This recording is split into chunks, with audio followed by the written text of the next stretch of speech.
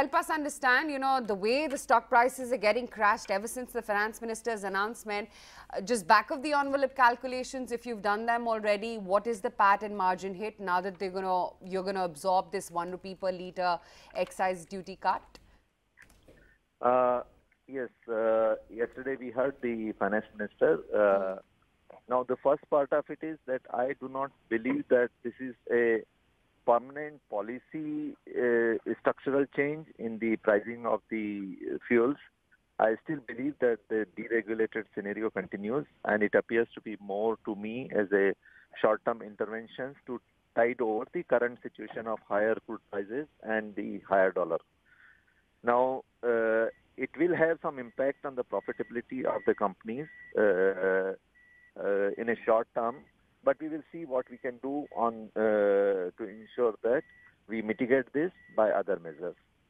Now, it also depends on how long and how far the crude prices move in the near future. Okay. And the dollar, how does the dollar behave? I understand that. So let me construct a scenario for you. By next week, crude goes to $88, $89, rupee goes to 75. What happens? Will you increase prices? Yes, I don't think there is a change in the daily pricing scenario system.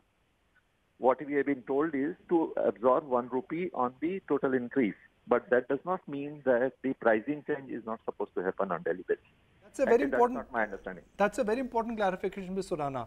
Markets will be okay if you are ready to commit that, look, this is a one-time aberration of 1 rupee and this is not going to have an impact on the future price action. So you are very confident that the future price hike will be not, there will be no government interference in a future price hike if crude goes higher and if rupee goes lower.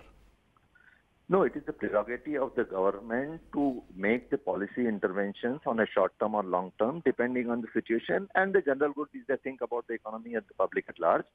So I can't comment on that. But my understanding as of today is, while we have been asked to absorb a 1 rupee on the fuel prices, MS and HSD, but that does not means that the daily pricing change structure has changed.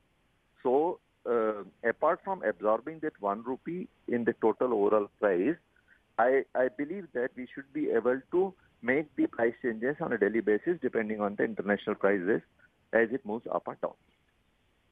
Okay, so the government may not tell you to, hold back on price rises if global prices go up.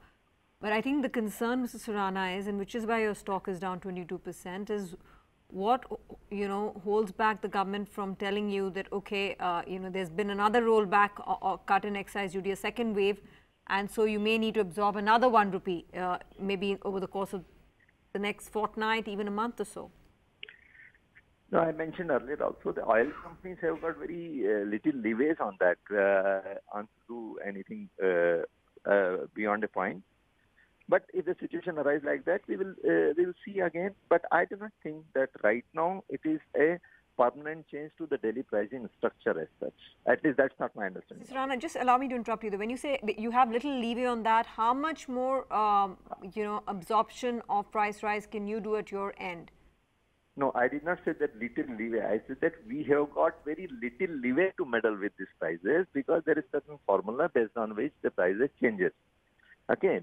But at the same time, I will respect the government decisions because that is a prerogative of the government to intervene on the policy structure in the larger good of the people. And we as public sector companies will abide by that. There is no doubt about it. I am only saying that, okay, if it will have some impact on the bottom line of the companies in the short term, and we will try to do our best to mitigate that by other means. Okay, Mr. Surana, thanks very much. Okay, right. Thanks very